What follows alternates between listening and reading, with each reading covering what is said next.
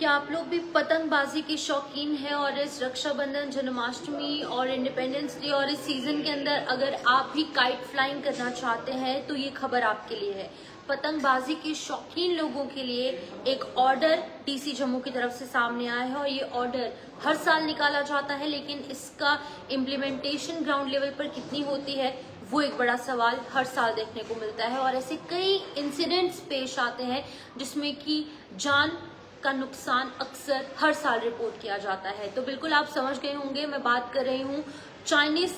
और बाकी की जो डोर यानी कि मांझा, जिसे हम गट्टू डोर अपनी लोकल लैंग्वेज में बोलते हैं, उसका इस्तेमाल जो लोग करते हैं, ये खबर उनके लिए है। तो बिल्कुल मैं आपको बता दूं कि प्लास्टिक, नायलॉन, मांझा यानी कि थ्रेड, जो डोर हम यूज करते हैं, उसको लेकर ये बड़ा ऑर्डर निकाला गया है कि जो लोग गट्टू डोर का इस्तेमाल करेंगे या फिर सिंथेटिक और प्लास्टिक और नायलॉन की डोर का इस्तेमाल करेंगे काइट फ्लाइंग के लिए, थ्रेड जिस डोर का इस्तेमाल किया जाता है काइट्स उड़ाने के लिए, अब आप वो नहीं कर सकते, ना ही आप उसे खरीद सकते हैं और ना ही आप उसे बेच सकते हैं।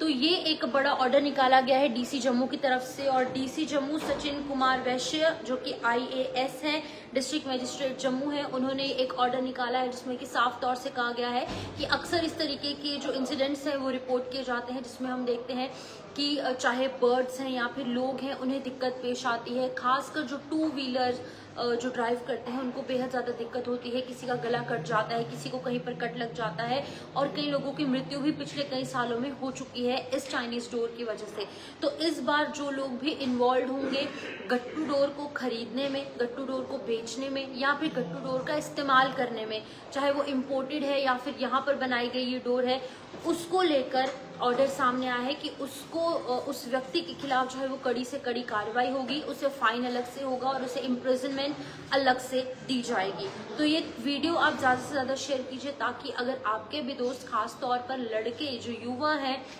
वो बहुत ज़्यादा इन चीज़ों में इन्वॉल्व रहते हैं, यानी कि काइट फ्लाइंग के अंदर बहुत ज़्यादा इंटरेस्ट जम्मू के लोग शो करते हैं। तो अगर आपके दोस्त भी काइट फ्लाइंग इस बार भी करने वाले हैं तो ये वीडियो आप शेयर कीजिए ताकि ये तमाम जानकारी उन तक पहुंचे और आप लोगों को भी पता चल पाए और आपके दोस्तों को भी ये पता चल पाए कि इस बार क्या कुछ रूल्स एंड रेगुलेशंस रहने वाले हैं। खास तौर पर मैं उन लोगों से अपील करना चाहूँगी जो कि शॉपकीपर्स हैं, जो कि काइट्स बेचते हैं, डोर बेचते हैं या फिर ये थ्रेड, मांझा बेचने का काम करते हैं। कोई भी अगर आपके पास वो खरीदने आता है तो आप उसे भी समझाइए और आप अपनी दुकान पर भी इस तरीके की चीज़ें ना रखिए। और अगर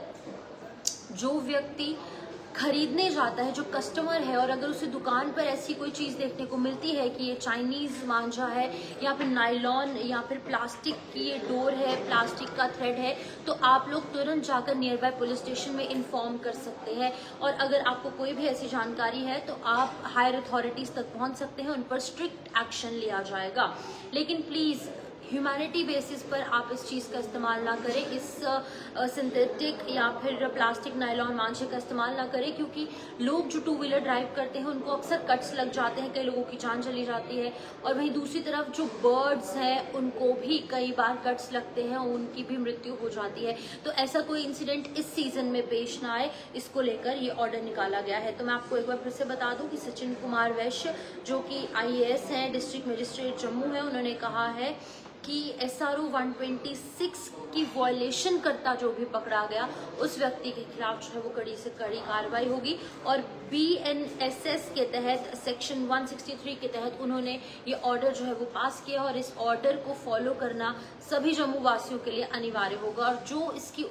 जो इसका उल्लंघन करेगा, यानी कि जो इसको फॉलो नहीं करेगा, इसको वॉयलेट करेगा, तो उसके खिलाफ कानूनी कार्रवाई होगी, फाइन भी होगा और इम्प्रिजनमेंट भी देखने को मिलेगी। फिलहाल इस वीडियो में इतना ही। आप ज़्यादा से ज़्यादा शेयर कीजिए क्योंकि इस फेस्टिव सीजन सभी लोग जो है वो बढ़ चढ़कर पतंगबाजी में, काइट फ्लाइंग में भाग लेने वाले हैं। नमस्कार।